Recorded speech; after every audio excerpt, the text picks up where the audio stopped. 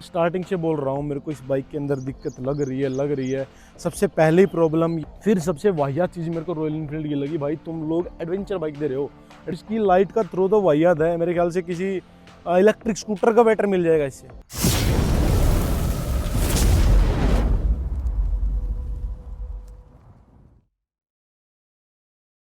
नमस्कार दोस्तों, आज भाई मैं आपके साथ शेयर करने जा रहा हूँ, मतलब सबसे धमाकेदार ज़बरदस्त वीडियो होने वाली है मेरी ये। और मैं शेयर करने जा रहा हूँ अपनी इस रॉयल इनफील्ड हिमालयन के साथ जो मेरा 1 साल का सफ़र रहा वो कैसा रहा। फाइनली इसको जो है भाई आज के दिन 1 साल कंप्लीट हो गया। ये मैंने पिछली 19 अप्रैल को ली थी और आज 19 अप्रैल को जो है ये वीडियो डल रही है। और शूट तो मैंने ये 17-18 के आसपास कर दी थी, लेकिन जो मेरा इस बाइक के साथ 1 साल का एक्सपीरियंस रहा वो काफ़ी ज़बरदस्त रहा। और जो इस बाइक पे मैंने लद्दाख का सफ़र किया वो भी अल्टीमेट था। तो मैं अपनी सारी जर्नी जो है आपके साथ शेयर करने वाला हूँ। मैं आपको बताने वाला हूँ इस वीडियो अंदर कि किसको जो है ये बाइक लेनी चाहिए, किसको नहीं लेनी चाहिए, क्यों आपको ये बाइक लेनी चाहिए। भाई मैं एक पहले जो है रॉयल इनफील्ड बुलेट चलाता था 350, और मैंने फिर जो एडवेंचर पे जो अपना सफ़र स्टार्ट किया काफ़ी बेहतरीन रहा, काफ़ी ज़बरदस्त रहा।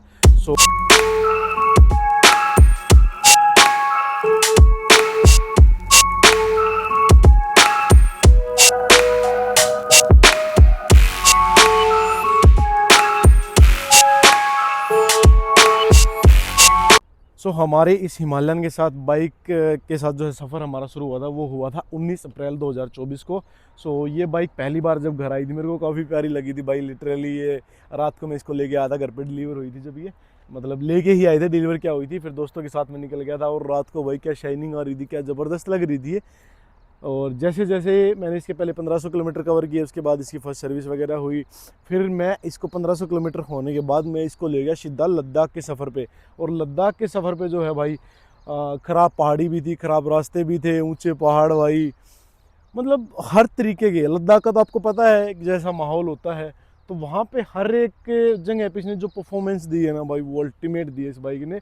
और मेरी कनेक्टिविटी भी इस बाइक के साथ मोस्टली वहीं पे होगी थी, क्योंकि लद्दाख का जो सफ़र है ना वो करीबन 4000 किलोमीटर का है, जिसमें आपको ऊंचे पहाड़, ख़राब रास्ते, और कई कई जगह तो ऐसे हैं कि वो जो टूटने वाले कच्चे पहाड़ होते हैं वो भाई साहब बजरी वगैरह, मतलब अल्टीमेट एक्सपीरियंस था वो वाला।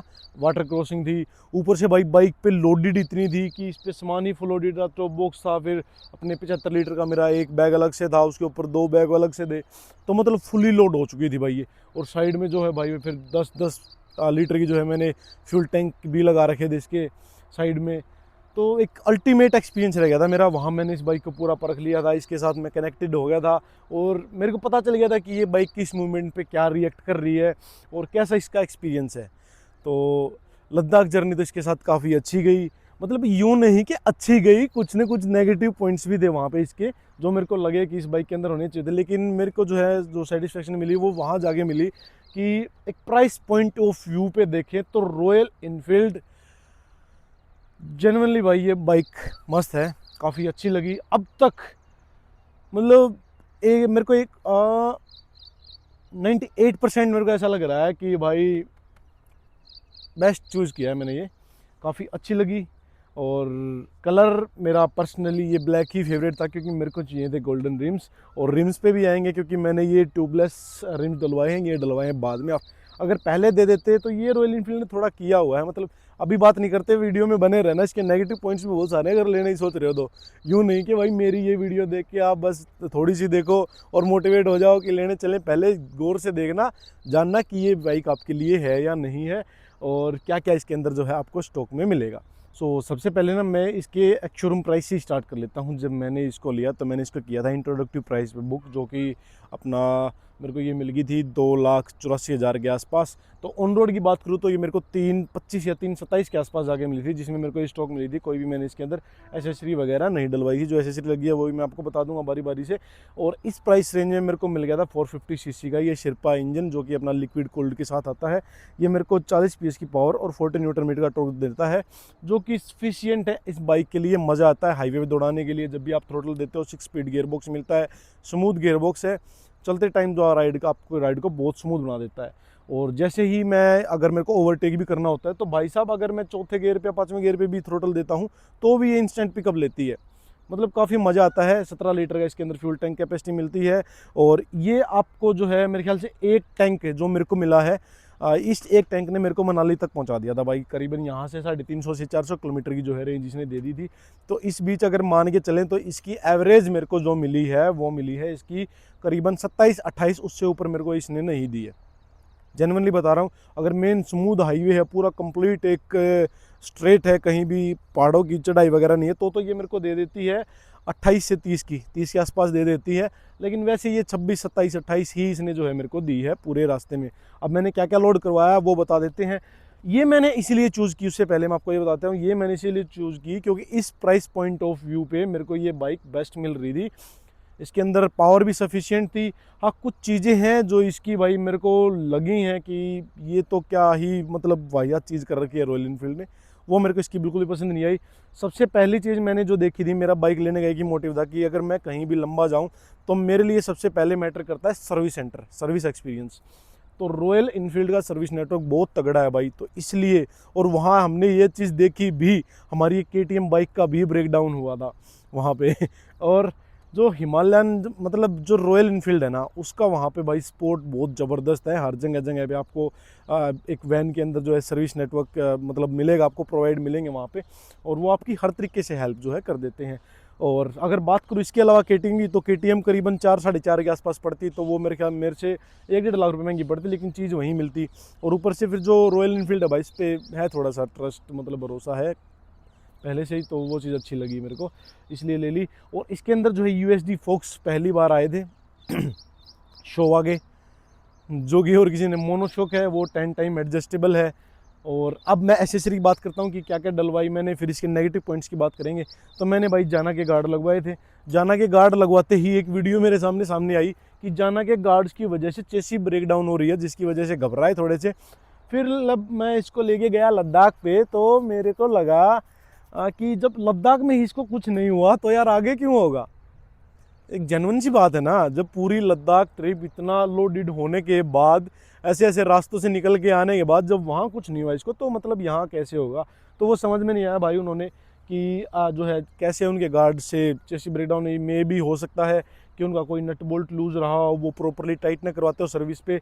तो मैं इस चीज़ का ज़रूर ध्यान रखता हूँ कि हर नट को ना, अपने हर बोल्ट को अपनी हर एक सर्विस पे जो है टाइटली करवा देता हूँ। मेरी बाइक चल चुकी है करीबन 15,000 किलोमीटर, 14,783 या 14,800 के आसपास चल चुकी है ये।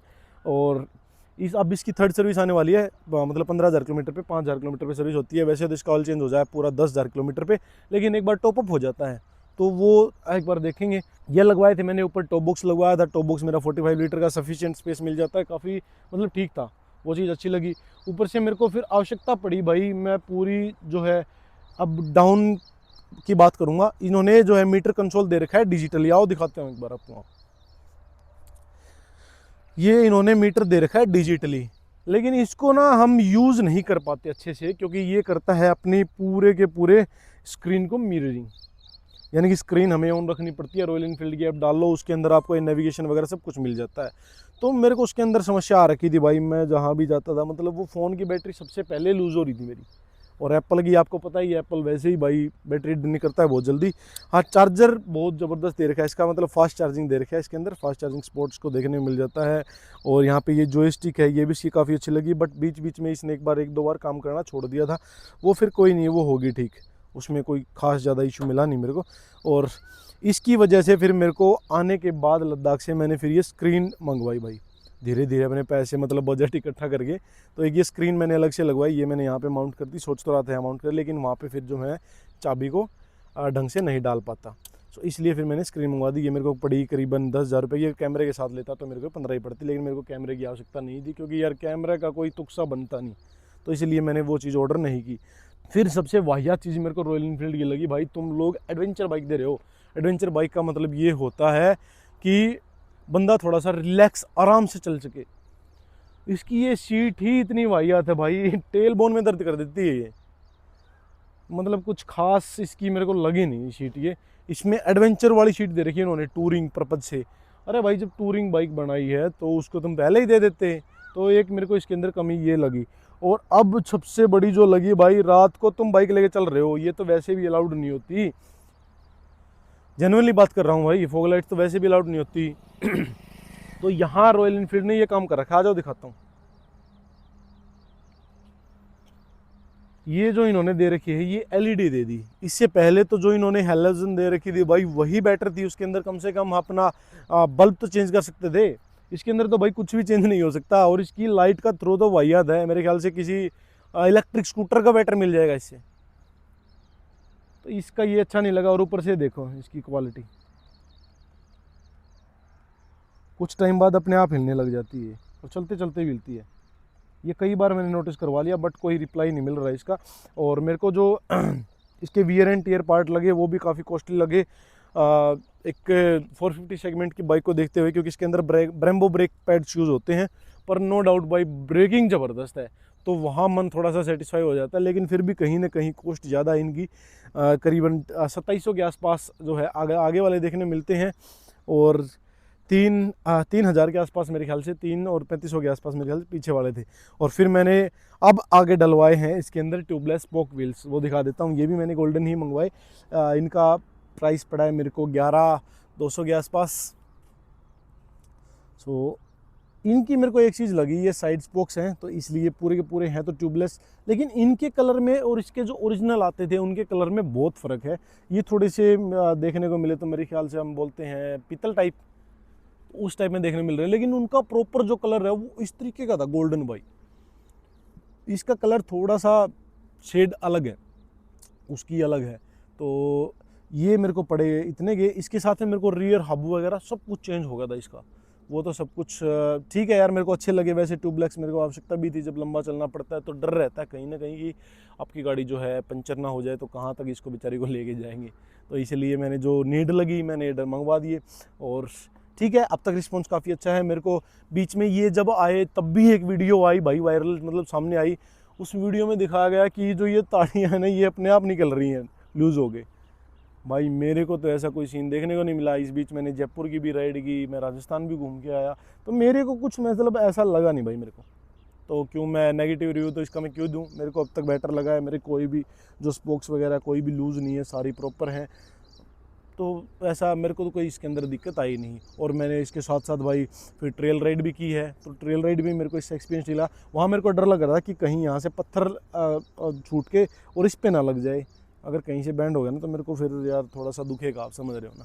तो इसलिए फिर ऐसी कोई दिक्कत आई नहीं। बाकी बाइक का जो है ठीक लगा मेरे को सारा का सारा एक्सपीरियंस। सो अब मैं भाई आपके साथ अपनी एक बार लद्दाख की छोटी सी जर्नी और शेयर कर लेता हूँ, जो कि मेरे को लगा कि शेयर करनी चाहिए। भाई हमारे साथ बजाज भी गई हुई थी, KTM भी गई हुई थी, और अपनी रॉयल इनफील्ड गई हुई थी। जहाँ बजाज के नट बोल्ट गिर रहे थे वहाँ KTM का भाई कुछ न कुछ इशू चल ही रहा था। वहाँ पे जो है मेरे को अच्छा लगा कि इसने काफ़ी अच्छा परफॉर्मेंस किया। इसके साथ एक 411 थी, उसके साथ हम जो है भाई KTM की ड्यूक 200 को भाई मतलब हाईएस्ट पास पे, कासंगला था मेरे ख्याल से वो, हाँ कासंगला पास पे, उसको भाई उससे बेल्ट वगैरह से बांध के और हम उसको ऊपर लेके जा रहे हैं। मतलब रॉयल इनफील्ड में लगा भाई कि ये चीज़ लेके जा सकती है। मतलब एक्सपीरियंस काफ़ी अच्छा रहा हमारा लद्दाख का मेरे इसके साथ।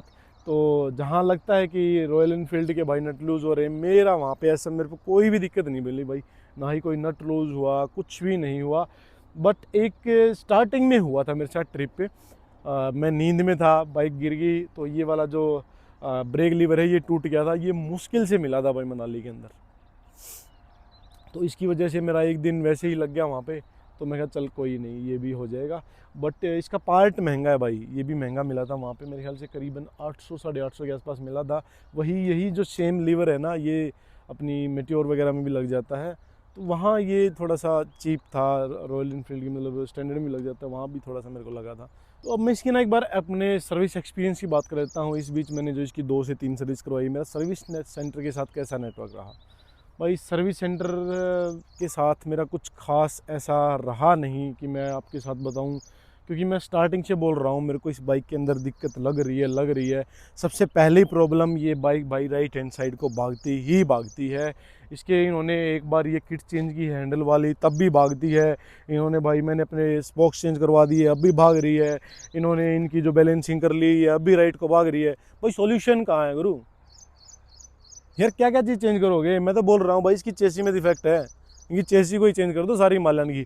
और एक मेरी मेरी नहीं, जितनी भी चला के देखी है ना मैंने 450, यहाँ तक कि इनका टेस्ट ड्राइव व्हीकल भी वो भी राइट हैंड साइड को भाग रहा है, गुरिल्ला भी राइट हैंड साइड को भागती है भाई। क्यों यार, स्प्लेंडर को सीधा छोड़ दो भाई, वो भी सीधी जाएगी, KTM की 390 को छोड़ दो, वो भी सीधा जाएगी। कहीं ना कहीं मेरे को लगता है रॉयल इनफील्ड से वो भी बेटर हो जाती है इसकी इस मामले में। तो ये यहाँ पे काम करने की जरूर आवश्यकता है भाई रॉयल इनफील्ड को। और सर्विस वालों के साथ एक्सपीरियंस मेरा कुछ इस प्रकार का रहा कि मैं जब भी सर्विस सेंटर जाता हूँ ना, मैंने इसकी देख नॉइस सुनाता हूँ, मैं आपको पास आऊँ, अभी इंजन की आवाज़ सुनना आराम से।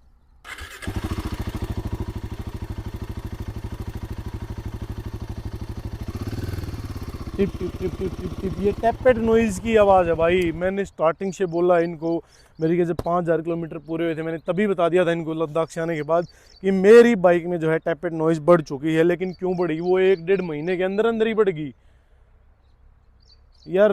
मतलब ये नहीं, इंजन के अंदर ये वाला मेरे को अच्छा नहीं लगा। इतनी बार मैंने इनको बोल चुका हूँ भाई कि आई है दिक्कत, ये मेरे को नहीं लगी, ये आवाज़ मेरे को पसंद ही नहीं आ रही, ये मेरे इंजन की वो आवाज़ ही नहीं है जो मैंने स्टार्टिंग में ली थी।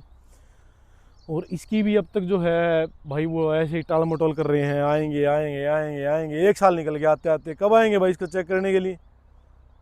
वो एक बार चेक करने के लिए बोले कि इसके अंदर कोई दिक्कत ही नहीं है। मैं कहा भाई है क्यों नहीं है, मैं नई बाइक को चेक करवा देता हूँ। वो बोले कि नहीं, नई में तो बोला वो नए वाला तो नया इंजन ही होता है। यार ये को लो बाप, ये कोई बात नहीं हुई ना ना। तो सर्विस सेंटर के साथ तो कुछ एक्सपीरियंस रहा नहीं मेरे का कुछ खास। हाँ बट इतनी भी मेरे को लगा कि अब ये 15,000 किलोमीटर है, 20,000 किलोमीटर पे मेरे ख्याल से अगर टैपेड की सिम वगैरह कुछ चेंज होगी तो आई थिंक तब ये आवाज़ दब सकती है, नहीं तो फिर मैं इसको कंप्लेंट वगैरह डालने वाला उनकी, फिर ये मेरे ख्याल से इसका चेंज करेंगे। लेकिन अब आया तो है रॉयल इनफील्ड की तरफ से, इन्होंने बोला तो है कि हाँ रॉयल इनफील्ड की तरफ से आया है, जो न्यू वाले लोट की हिमालयंस हैं उनका जो हेड है ना, जो ये टैपेट वाला है, ये चेंज होने के लिए आया रिप्लेस के लिए। तो आई थिंक मे बी अब शायद कुछ हो पाए, तो वो थोड़ा सा लग रहा है। तो भाई अब फाइनली मैं अपनी उन बातों पे आता हूँ कि क्या आपको ये बाइक लेनी चाहिए, क्या मैं आपको बाइक ये रिकमेंड करूँ या ना करूँ। तो भाई वो आप एक बार अपना थोड़ा सा अंदर झाँक के देखो, सोच के देखो कि आपका पर्पज़ क्या है बाइक लेने का, आप किस पर्पज़ से बाइक ले रहे हैं। आपको लॉन्ग जर्नी करनी है, लंबे ट्रैवल करने हैं, आपको भाई हमारी तरह पहाड़ चढ़ने हैं, तो आप लो एक एडवेंचर बाइक। आपको मतलब पसंद है हर राइड पे थ्रिल लेना, तो एडवेंचर बाइक लो। आपको रास्तों की टेंशन नहीं लेनी भाई, जहाँ भी मन किया वहाँ चले गए, तो एडवेंचर बाइक लो। और मतलब है भाई इस बाइक के अंदर हर वो चीज़ है जो ये आपकी कंप्लीट कर सकती है। तो मेरे को लगा कि पावर की पावर है, एडवेंचर है, हर मोमेंट पे जो है आपको एक अलग थ्रिल जो है एडवेंचर बाइक के अंदर देखने मिला, तो इसलिए मैंने बाइक ली। और अब बात करता हूँ मैं ये आपके साथ कि अगर इस बाइक को आप ले भी लेते हो तो आपकी क्या खर्चा आने वाला है। तो खर्चा भाई देख लो खुद, एवरेज देगी आपको 25 की मान के चलो, सिटी में लेके चलोगे तो 22-23 की आपको ये एवरेज देगी। तो उसके अकॉर्डिंग अपना बजट देख लो कि अगर आप इस एवरेज को अफोर्ड कर रहे हो तो ये ले लो। और नॉर्मल पर्पज़ से भी अगर आप ले रहे हो सिटी पर्पज़ से, तो परेशान होने वाले हो, ये पहले ही बता रहा हूँ। ये बाइक आप तभी लेना जब आपको लंबी राइड्स वगैरह करनी हो, जब आपका शौक ही राइड करने का हो, तो आप इसको लो, अदरवाइज़ मत लेना भाई। क्योंकि एक तो हैवी वेट है, वेट भी इसके अंदर हैवी है, और ऊपर से जो टर्निंग रेडियस है इसकी वो सिटी के अंदर आपको परेशान करेगी। बल्कि लुक है दिखने में भी, और हाँ अट्रैक्टिव तो है, लोग देख के एक बार बोलेंगे तो पूछेंगे तो कि हाँ भाई कौन सी बाइक, घूमते हो पहाड़ों में घूमते हो। इस बाइक का ना भाई मतलब प्रॉपर बंदों का एक माइंड सेट है कि इस बाइक को लेने के बाद खुद मेरे को ही फील हुआ भाई ये चीज़ कि बाइक पे जब मैं इस पे बैठा हूँ भाई, मैं स्ट्रेट पोजीशन में बैठा हूँ, मेरे को कोई टेंशन ही नहीं क्या चल रहा है क्या चल रहा है क्या नहीं, ना शोल्डर में दर्द हो रहा ना बैक में पेन हो रहा, क्योंकि आप बिल्कुल कंफर्टेबली बैठे हो। थोड़ा सा पिछवाड़ा दुखना लग जाए तो खड़े हो जाओ भाई, एडवेंचर बाइक है आपके पास, खड़े होके भी ये बहुत प्यार से चलती है।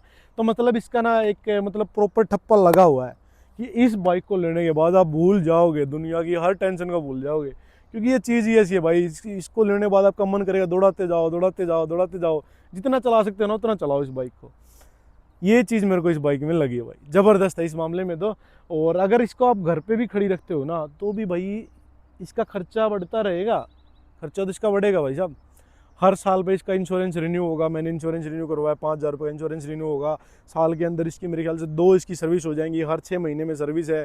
तो सर्विस की कॉस्ट मान के चलो 4,000 रुपये, 4 4 8 करीबन 6 से 7 हज़ार रुपये इसकी सर्विस मान के चलो, तो लगभग साल के अंदर आपका 10-12 हज़ार तो इसने फिर भी खड़े खड़े ले लिया। और वियर एंड टीयर तो फिर भी रहेगा इसका। अब गंदी आप देख नहीं सकते, इसको साफ़ वगैरह तो करवाओगे ही, एटलीस्ट महीने में 1-2 बार इसको वॉशिंग वगैरह भी करोगे, तो मतलब खर्चा तो आपका इसका खड़े खड़े भी बढ़ने वाला है। तो अगर लेनी है तो चलाने के पर्पज़ से ही लेना, खड़ी मत करना, क्योंकि खड़ी खड़ी ये मशीन आपको गालियाँ ही बकेगी कि क्यों मेरे को लाके खड़ा कर दिया। वैसे मेरा एक्सपीरियंस काफ़ी अच्छा रहा भाई इसके साथ, और ये 1 साल पता ही नहीं चला कि कैसे मेरा इस बाइक के साथ कवर हुआ। और मेरे को अब तक ये फील हो रहा है कि मैं जैसे इसको कल लेके आया था, मेरे को अब तक मज़ा आ रहा है इस बाइक पे। और इस 1 साल में मैं इसकी फुल कैपेबिलिटी को अब तक चेक नहीं कर पाया भाई, सच बता रहा हूँ मैं आप लोगों को। मैं क्यों आप ये बताऊँ कि मैंने इसको ये कर दिया वो कर दिया, नहीं भाई, मैं अब तक इसकी पूरी कैपेबिलिटी इसकी मैं अब तक चेक नहीं कर पाया हूँ। मेरे ख्याल से अब तक अगर मैंने इसको चेक किया है तो करीबन 50 to 60% ही मैं इसको अभी तक टेस्ट कर पाया हूँ। और इस 50-60 एक्सपीरियंस में जो मेरे को लगा, मेरे को इसके क्या प्लस पॉइंट्स लगे वो मैंने स्टार्टिंग में बताए। नेगेटिव पॉइंट्स में इसके अंदर बहुत सारे थे, वो भी मैंने इसके अंदर बताए। बट अब जहाँ मैं अपनी पुरानी बाइक को नहीं भूल पा रहा था, अब थोड़ा थोड़ा सा इसके साथ कनेक्टेड होने के बाद साथ मेरे को लग रहा है कि हाँ भाई, मैं अब इसके साथ जुड़ चुका हूँ, एक बॉन्ड सा इसके साथ बन चुका है। टाइम लगा इसके साथ जुड़ने में मेरे को, बट अब काफ़ी मज़ा आ रहा है इसके साथ, जेन्युइनली बता रहा हूँ। अब 1 साल हो चुका है मेरे को अब तक इसके जो टायर वगैरह चेंज नहीं हुए, लेकिन अब मेरे को लग रहा है आवश्यकता इसके चेंज करवाने की। और इसके टायर भी अब थोड़े से कॉस्टली ही आएंगे, क्योंकि करीबन 6,500 का पीछे वाला है, तो 4,500 का आगे, मतलब 10-12 हज़ार में इसका पूरा का पूरा सेट आएगा ये। और आगे की तरफ जो है इसके अंदर 21 इंची टायर है, तो पीछे की तरफ है इसका 17 इंची, जो कि 150 सेक्शन का आपको देखने मिल जाता है। पीछे की तरफ ग्रिप भी काफ़ी ज़बरदस्त है, और आगे वाले की तो आवश्यकता पड़ेगी ही नहीं, क्योंकि पावरफुल मशीन है, कहाँ भी छोटा फुटा हल्का सा आएगा तो वो हट पॉप करके निकल जाएगी ये। तो जेन्युइनली भाई मेरे को काफ़ी अच्छा लगा। और क्या शेयर करूँ इसके साथ, और अगर कुछ रह गया हो तो आप मेरे को कमेंट सेक्शन में कमेंट करके जरूर बता देना भाई, उस पर मैं डीप में एक वीडियो बना दूंगा। बाकी मेरा एक्सपीरियंस मैं अपना 10 आउट ऑफ इस बाइक को देना चाहूँ तो मैं इसको देना चाहूँगा भाई 10 आउट ऑफ 8। 1-2 चीज़ मेरे को लगी इसके अंदर, जैसे राइट हैंड साइड को भागती है, क्रूज़ कंट्रोल नहीं है इसके अंदर। एडवेंचर बाइक में अगर क्रूज़ कंट्रोल अगर मैं लगवा भी लूँ आफ्टर मार्केट, फिर भी मैं इस पर हाथ नहीं छोड़ पाऊँगा, क्योंकि ये भागती है राइट हैंड साइड को। ये चीज़ मेरे को इसके अंदर लगी। थोड़ा सा और वेट कम हो जाता तो मेरे को और ज़्यादा कॉन्फिडेंस आता है इस बाइक पे कि मैं इसको लेटा सकता हूँ कुछ, मतलब और थोड़ा सा कूदा सकता हूँ, जंप करवा सकता हूँ। अभी वेट के अकॉर्डिंग थोड़ा सा लगता है मेरे को, मतलब डर सा है मन में कि अगर गिर गई तो हैवी वेट है, कहीं कुछ भाई कहते हैं ना कि बुलेट टांग तोड़ती है तो वो ना हो जाए इस पर।